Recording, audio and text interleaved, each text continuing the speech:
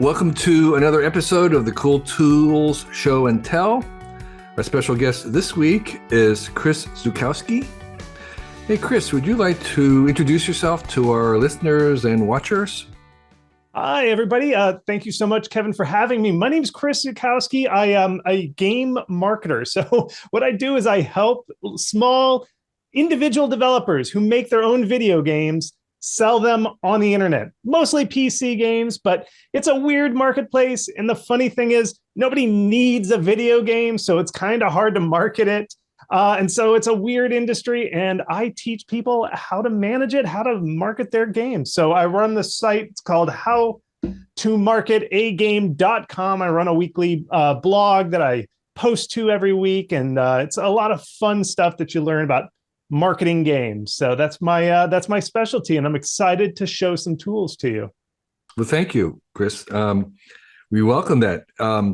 We'll have a chance to maybe talk more about games at the end. So let's tell us about your first tool. What's one of your favorites? Okay, great. Yeah, let me just start with this one. This is a carabiner pouch, and for the listeners out there who can't see this, it's about the size of a DVD case, I would say.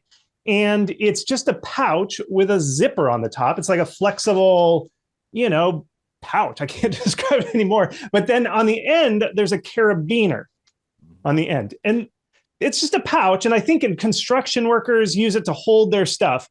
But it's got a very specific purpose that I use it for. So I used to work for IBM, and I used to have to travel a lot on airplanes and stuff. And I lost stuff. A lot, like back-to-back flights. I lost my glasses and then my AirPods. And I was like, I got to come up with a new system here. This is out of hand. And so I figured out that the problem with airports and the reason you lose so much stuff traveling is you are constantly taking stuff out of your pockets and putting them on a conveyor belt. You're taking them out, you don't want to sit on your wallet when you're on the flight. So you take your wallet, you put it somewhere, you lose track of that stuff.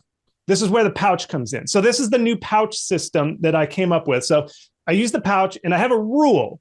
As soon as I get like in the taxi cab or out my front door on the way to the flight, new rule, nothing goes in my pockets. I empty my pockets and I put everything in the magic pouch, okay? And then the carabiner clips. And I'm going to do a demo. I'm going to have to step away to show how this goes on. And I'm going to do a little demo for you, Kevin, and I won't talk. I'll just show. And for the folks listening, I clip it on my belt loop. And so what happens is... Yeah, you're standing and you clip it onto your sizable belt. Okay. It goes right on the front. And I walk through the airport. I go on the flight with it just dangling right on my front belt loop. It has a very fashionable statement there. It is. And here's the thing, Kevin. It's kind of annoying to have it like that because it is constantly bumping. Like every step you take, it's a thump. Now, that's a bug and a feature, because if I feel that reminds me I have everything I need. Yeah. Everything's right there. And here's the solution. This is where going into pouch mode, which is what I call it when I get in a taxi cab. When you get to the security line and you got to get your pouch on the conveyor belt, you just unclip it. You put it in that little dog bowl, the little dog dish. Yeah. They send the pouch through the conveyor belt, through the x-ray, and then I just pick up the pouch. And then I put it right back on the clip on the belt. Seamless. I don't have to empty every little individual thing out of my pocket. It's all there. And then when I sit on my flight, they've got never put anything in that front seat pouch. One, it's full of diseases. Who knows what kind of plague is in there? Two, you lose stuff in there. So what I do is I just use the carabiner and I clip it right on the edge of that pouch, right on the edge of the thing. And then my pouch is right there. It's easy to access. Still in pouch mode. Nothing in the pockets. Everything's in pouch. Right. So I don't have to worry about my pockets anymore. Everything. I haven't lost anything since I went to pouch mode. So just a tip for frequent travelers. That's a fabulous sell. You sold me. It's really great. It's a great tip. I like the idea of the pouch system. So are there particular pouches that you think are better than above average? Well, I like this one. I couldn't find it on Amazon, actually. I don't know if they went away, but this one's called the Dot. But I found one. I think the one I linked to you is from Dickies. It's just, it's the stupidest thing. It's a pouch with a clip on the end with a carabiner. So there are different sizes. Right. And they have, you want ones that looks like they're at least clear on one side. Yeah, I like it because I can see, oh, do I still have my phone? Where's my wallet? I can just glance real quick. Oh, yeah, it's still in there. I mean, this thing gets loaded up. Cards, everything's in here. And so I gotta kind of glance through it. So yeah. Okay. The pouch system. You heard it here first. The pouch system. Okay, great. Okay, Chris. So what's your number 2 tool? Okay, let's do this one. This one's a fun one. And it's not necessarily a tool. It is the Accurite lightning alert detector. And for the audience, it looks like this, it looks like an old alphanumeric pager if you lived through the 90s, where it has like this LCD display that has like 2 lines of text. It's a little black puck, and it's real small. It's got a belt clip. It's a belt buckle. Yeah, it's about 2.5 inches square, very retro looking with a kind of a black and white screen and a pouch. It's all LCD text. It's not like a nice video screen or anything. It is just liquid crystal, like old school. Right. And this thing's a lightning detector. And I live in Arizona, and every summer we have the monsoons, which are a crazy cataclysmic event that happens all like July, August, September timeframe. Huge lightning storms come through. Now, you turn this thing on and it just listens for lightning. And if you know how lightning works, when it strikes, it sounds out an electromagnetic pulse, I think like on the AM wavelength. And it makes a very distinctive waveform. And this thing is just listening for that waveform. And every time the lightning strikes, it just counts 1 up. It just goes, boop, and you'll get there's a little red light actually on the top. You can't see it because it's not on. Right. But it will flash when the lightning strikes. And then it can tell, based on how strong that radio signal is, how far away the lightning is. So it'll say lightning detected 10 miles away. And that's all it does. It's like the silliest, stupidest tool. That's it. So one thing I like to do with it is when I know a storm's rolling in, I turn it on, and then it just kind of gives you this neat sense of what the storm's doing. You can actually see the distance coming in like 10 miles away, 5 miles away, 1 mile away. And then you know it's like right overhead. And then you can feel it kind of rolling away because it'll say 5 miles, 10 miles, 15. I think it goes to about 20 miles detection. Now, this is for fun. I wouldn't like trust this with my life. I wouldn't say, well, the lightning's 20 miles away. I'm going to go out into the storm and go hiking. I wouldn't trust it that much, but it's just fun to kind of quantify how bad a storm is. And it's a running counter that constantly goes up. So you can turn this on and say, boy, that was a storm with 40 lightning strikes. And you're like, what a storm. And then you're like, man, I thought that was going to be a great storm, but it was only 5 hits. What a bad storm that one. So lightning detector from Accurite. A lot of fun. Wow, I've never heard of it. That's pretty cool. I wonder if that'll be built into your phone someday. Everything else seems to go in. And that should be part of your weather report. Should be part of the weather app, right? It would be great. And then they could crowdsource it. Yeah. You know, like everybody submits their lightning. Yeah. Because I think if the weather ones, they actually triangulate because they know the pulse. If you have 3 spots and you can sense lightning in 3 spots, you can knit that together and know, oh, the strike was right literally in this neighborhood. You can't do that with this. This is just one data point. But if we all networks, free idea out there. Free idea out there for folks.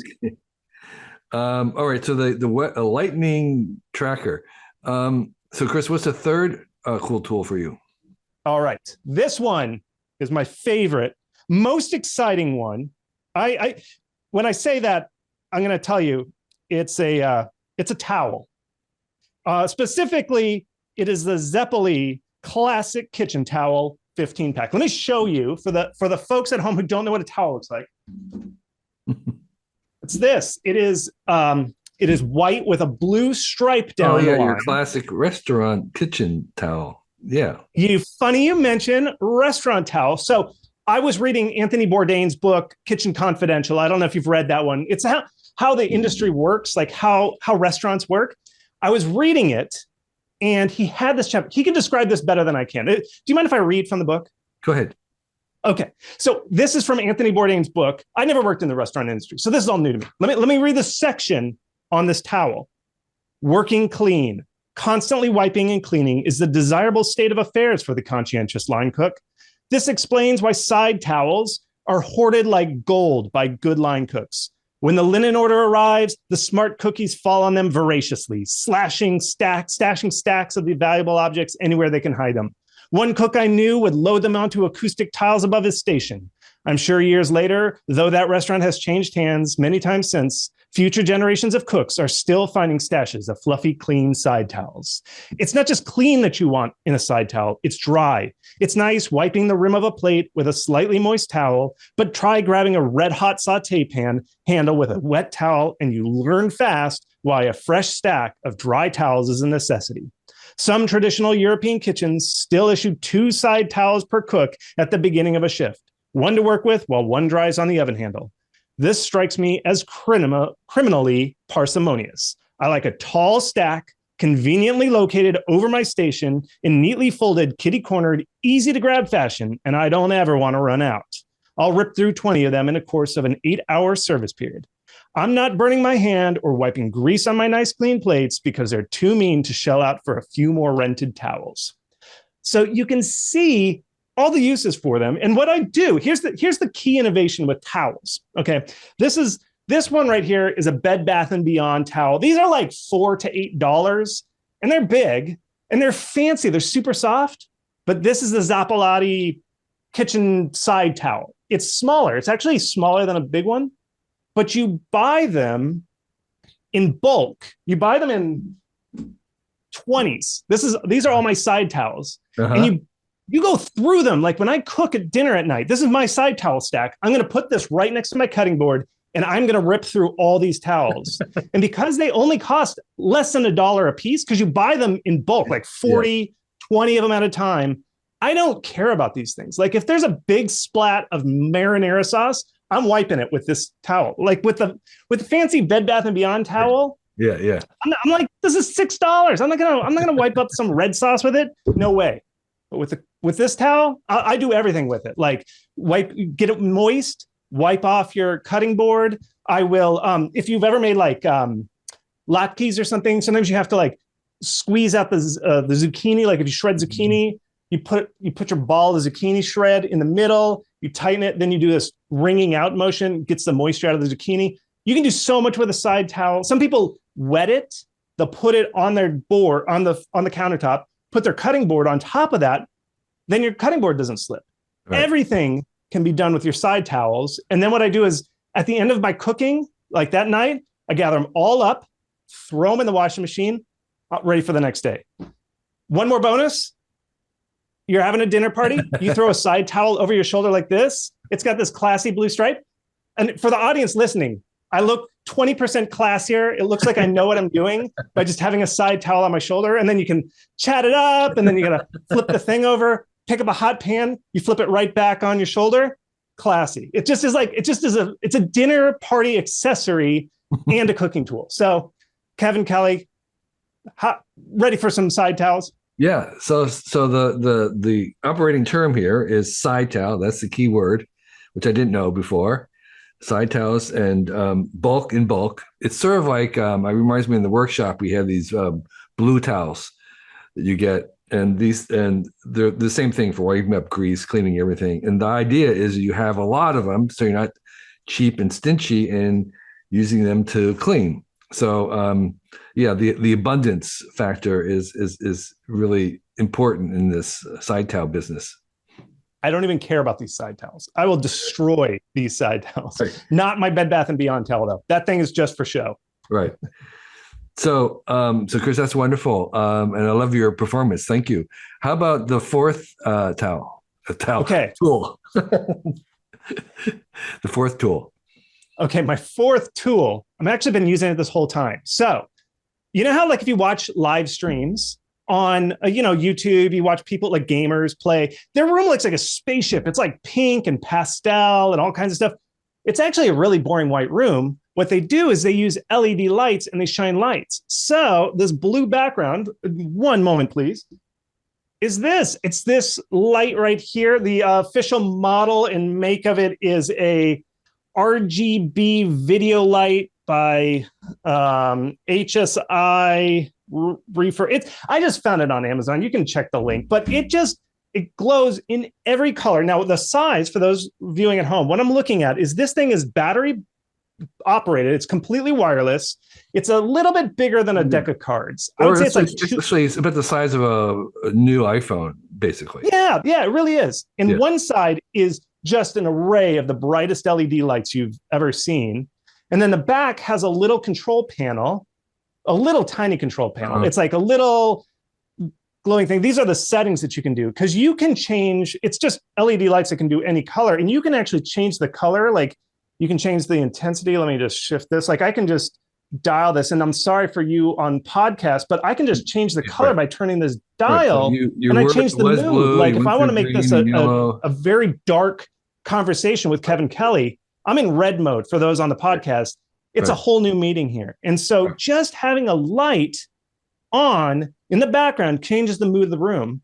And the reason I get it is because I do a lot of like Zoom consultations, that sort of thing. I also do free classes. I teach classes. And so I need my background of my office to look classier, to look nice. So I use this LED light strip. It's just basically this, iPhone size thing. And I just move it around to kind of create some neat atmosphere back here. I'm going to go with dark mode, which is my red zone here. So I just made it a little bit more evil in my office just by changing the color, but I can change intensity, brightness, darkness, all that stuff from this light pack. But Kevin Kelly, this is the one last thing that I thought was awesome about this was I had to change the light in my closet. I wanted to put in track lighting instead of a bulb. So I shut down the power like any good home DIY person, and I couldn't see in the closet anymore. I whipped out the old LED light. It's battery backed. So I just set it up in my closet, and I was shining up so I could install this new lighting rack in the back of my closet. Wouldn't have been able to do that without this nice little LED lights. Right. So it's good for art. It's good for work. Right. Don't leave home without it. And it's also, there's another use for it, which is in emergencies, which you hinted to. When the power goes out, it's better than, a kerosene lamp, for instance. You just drag one of those out, set it to white or whatever you want, and you have your instant backup lighting. It's a wonderful thing. So yes, highly recommend the thing. It's about $70, 60 to 70. It's not, I wouldn't say it's cheap, but I use it so much. And if you've got a room that's like, you've been in so many Zoom meetings and you're tired of your room and you have white walls work best for this. You can just change it. I had a guy and he was like, how do you keep changing your room, Chris? Do you just keep repainting? I was like, no, it's just an LED light. Right. So if you've got a white room, it works really well. How long will it run on one charge if you had it set at sort of the full blast or medium? I would say it's about 3 hours. Okay. Yeah, it depends on how long your Zoom meetings are, but yeah. Sure. And what you also can do is direct line, plug it into USB. It just has a USB 3, I think, connector on the underside. So you can just connect that to a wall if you're just like at home and you just want to wall mount it. So right. So that's great. Yeah. So a little LED color panel that's programmable, so to speak. That's really fantastic. So Chris, tell us about what you're passionate about these days and what you'd like to share with our listeners and watchers. Yeah. So I help developers who are just, sometimes it's hobby, sometimes it's their career, but indie developers can make millions of dollars. Some of them are really successful making their own games. They don't have to work for a big company like Blizzard or EA or something. They just make these small games and they put them out on the internet. Most PC games go through a service called Steam. If you're a gamer, a lot of games are bought through Steam. But the algorithm is weird on Steam, and there's all these little peculiarities to it and how and what type of game you should make. And that's what I write about. So I write a weekly blog that looks at the marketplace. I'm a former UX designer, so I do a lot of like user research about what is the psychology of somebody who's an average gamer trying to buy games on Steam. So I followed people and I paid them, of course. It wasn't like peeping Tom follow. Like I just said, hey, would you shop? And I just want to see why you pick one game versus the other. And I just looked at the psychology of why somebody buys one game or the other. And I look at sales trends and all kinds of stuff. And so I boil all these things down to a monthly or weekly report. Actually, I write a weekly blog all about games marketing and what the marketplace looks like. So that's howtomarketagame.com. And if you want to join my free newsletter, it's howtomarketagame.com/free. And it's weird stuff that I write about, but it's all focused on how to sell a game and earn some money off of it. Some developers do really, really, really well, and most do. It's okay, but it's a very exciting marketplace out there. And in general, with your tremendous overview of this, would you say that the market for independent games has been getting better over time, and say in the last 10 years, or getting more difficult? What's your one sentence summary of the general temperature and ambient atmosphere of the independent games right now? Yeah, it is increasing in size, but it's also increasing in the amount of money you can earn. What that basically means is that you have to be more professional about how you do. It used to be, there's periods whenever a new platform comes online that anything, like when the iPhone first came out, you could put anything on the iPhone and it would do well. You could make millions of dollars selling that stuff. It's not the case anymore. So what you got to do is you got to go in smart and know kind of like what the marketplace wants. You have to have a high quality of game. You can't just quickly shoot something out and hope it does well. You got to do it smart, but it is possible. And a lot of developers still make millions of dollars selling games on, I specialize in PC games, but there's still an open marketplace for small developers if they do it smartly and they really invest in high quality game. I'm not a gamer, so I don't purchase games. So so this is a very innocent question, but what is sort of like the channels of buying games these days? I can imagine there are some games that are just apps that you download from the app stores, and then there's PC games, and there's console games, which I guess you buy on Amazon or you go to a game store. What are the general channels? Is there a lot of games that you're just downloading as a digital download these days, or how's that break down? Yeah, for the independent market, it is entirely digital. And Steam is where you're going to make most of your money. Most developers make about 50% of their revenue off of Steam. And then if they port their games, they'll probably make, and when I say port, that means you just take the code and you change some things so that it can work on Xbox, PlayStation, and Switch. About 25% of their money will come from Switch. Kind of depends on the game, but that's in general. And then the Xbox and PlayStation aren't too friendly to independent developers. They just don't sell as well on those platforms. Mm-hmm. So that is kind of the makeup. Now, you could go mobile, but mobile has kind of turned itself inside out. And really the only people making money on mobile apps like Apple or Android are like big companies that can spend a lot of money advertising to bring in viewers. So that market is pretty much inaccessible to most independent developers. The name of the game is either PC, which is Steam. It's almost synonymous with Steam, which is a digital download. You install a client and then you play it on your PC, or it's on the Nintendo Switch, which is a portable console. For whatever reason, the people who play Switch games are very open to the experience of independent developers because the games are usually a little smaller, a little quirkier, but more artistically, I don't know, kind of interesting than the main market games. Sure. Remind me of who owns Steam? It is a non-publicly traded company. It's a private company that is Valve. Valve is the company. They made the game a while ago called Half-Life. Right. And they make Half-Life 2 and other things. But yes, Valve owns and operates Steam. Okay. And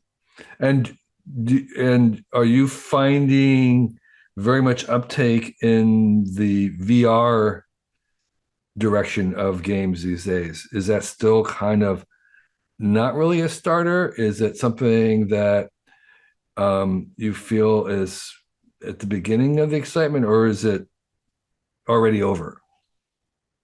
My assessment is it is a very niche market that has kind of, in my opinion, kind of reached its climax as far as for current innovation in the way it is now. Marketplaces like Meta Store, and I think there's a couple like a Vive. I think those stores actually do okay if you buy through Meta. Like if you put a game into Meta, it's a very curated experience. Like you have to apply with your game, and then Meta, Facebook will approve your game, say, yes, you are a good fit for the store. We're going to feature you. So the market is very small on those platforms. And so the games that get on there actually do okay. But on Steam, in general, those games don't sell as well. So if you're trying to market a game on Steam, it's an uphill battle. Right. They don't usually do very well. There's maybe one or two games every year that break through and do very well on Steam. But I would say it's kind of a flat and niche market within the larger game market. Right.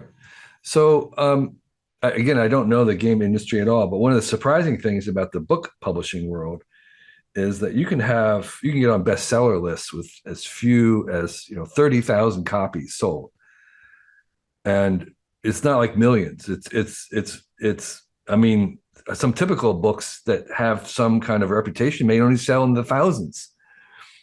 What's kind of the I wouldn't call it the median, but what's a typical good selling game? What kind of volume would that entail? Yeah, it's a very hockey stick shape to the market. And what is typical, I would say, if you want to see this, I actually have a site, howtomarketagame.com/benchmarks for those who are interested, because I try and benchmark this stuff. Yeah. And so for sales, as far as the amount earned, I would say the median is about $5,000, which sounds like ridiculous. Not 5,000 units, $5,000. Okay. Dollars. Wow. An indie game typically sells around $10. Like for $10 is how much an indie game is. Right. Now, a lot of people are just hobbyists. They just put their game up because they like to make games. Now, there are professionals, and what happens are, I would say at about, if I look at the Steam marketplace here, once you get to about the 97th, 98th percentile is when you start to make something that you could live off of. Like the game's maybe in the $100,000 to $300,000 total revenue, gross revenue. That's like the top 96th percentile of games. And then it goes exponential from there. Like the 99th percentile, they make millions of dollars with their games. And that's what I kind of teach. That's my jam. Is I am trying to show developers what it takes to get to that last 3 to 4% where you start to make sustainable money that you could actually live off. Right. And so, the types of games and the scale of them. Sure. So I'm kind of, one of the most popular things I wrote was about the 1,000 true fans theory, and which says that if you had 1,000 true fans, meaning they bought anything you produced, and you were able to get $100 out of them for a year, like say you did 10 things a year, or you did not just 10 games, but maybe you sold the merchandise and you had the packaging, and there was auxiliary stuff, and you got $100 for them, and you needed only 1,000 to have your livelihood. It's not going to be a fortune. Could you point to very many people who you feel are in that kind of 1,000 true fans range that are making a livelihood with that approach? Is that to you a viable goal, or is that just pie in the sky? For some reason, games are weird. I was really hoping that we could do it. See, the problem with games is they are very, very, very hard to make because they involve art, code, and design in this like perfect harmony. And so the idea of and most people only are willing to pay $10 for a game. That's kind of the upper cap for most games. Sometimes they get to 20. And so you get into this hard thing where a game will take 1 year to 2 years to develop, sometimes more, especially the really deep ones. And so you get into this weird, I don't know what to call it, but teeter-totter effect where it's like, well, I could spend more time on my game, but then I got to sell more units. Or if I get them out shorter time, like, I don't know. I know some very, okay, there's a developer called Sokpop, Sokpop. I think they're based out of the Netherlands. They try this technique. It's like a collective of 4 guys, I think, and they put out a game every month. They're very close to reaching your ideal, but and they're like industry famous for being the fastest developers. They cannot produce $10 worth of 10 games a year. And the scale and scope that they're able to produce can only produce a game that the market will accept that's about $5.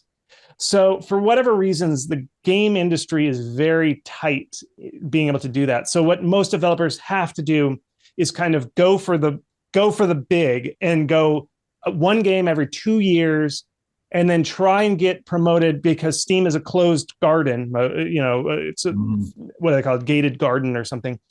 And if you can show that you can make probably around $300,000, they boost you all the way to the top of the marketplace, and then you make $1 million. So it's really a hit-driven industry where it's like you either make maybe $50,000 or like $1 million.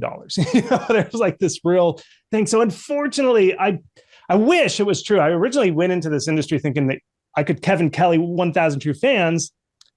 I don't know if I could do it.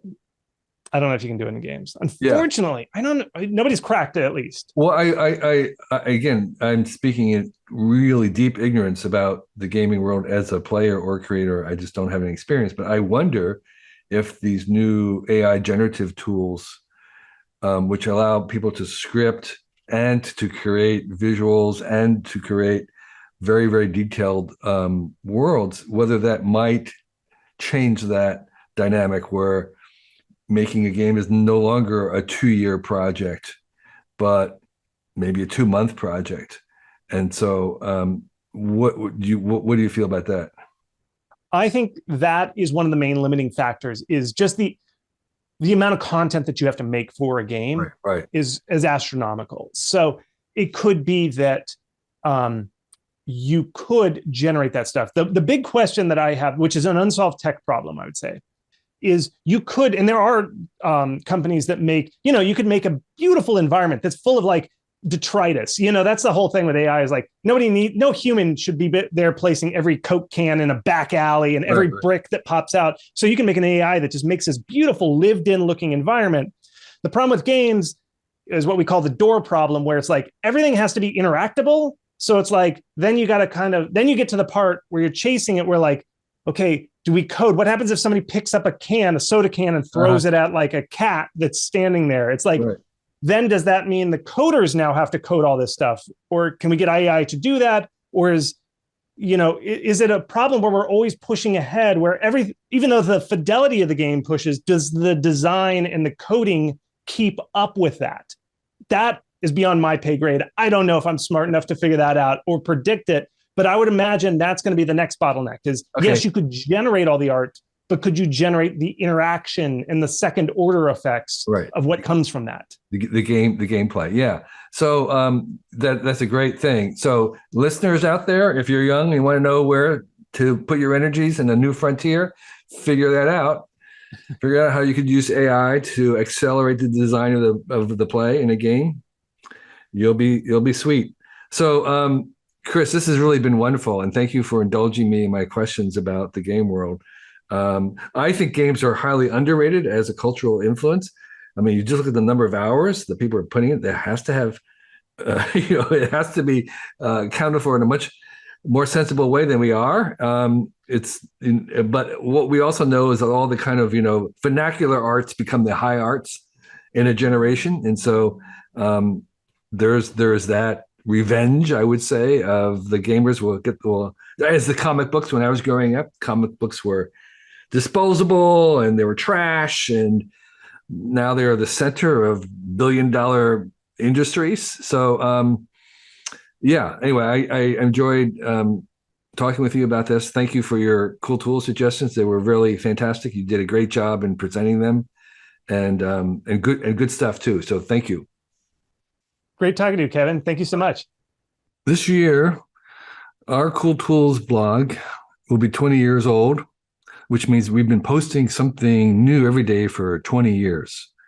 It's only possible because of the very engaged and knowledgeable readers and listeners like yourself. You've kept this place going, and we are very grateful for you. With this idea of 20 years in mind, we decided to try an experiment this year, and I'm inviting our guests and listeners to join me on our Cool Tool Show and Tell, which is the program that you're listening to right now.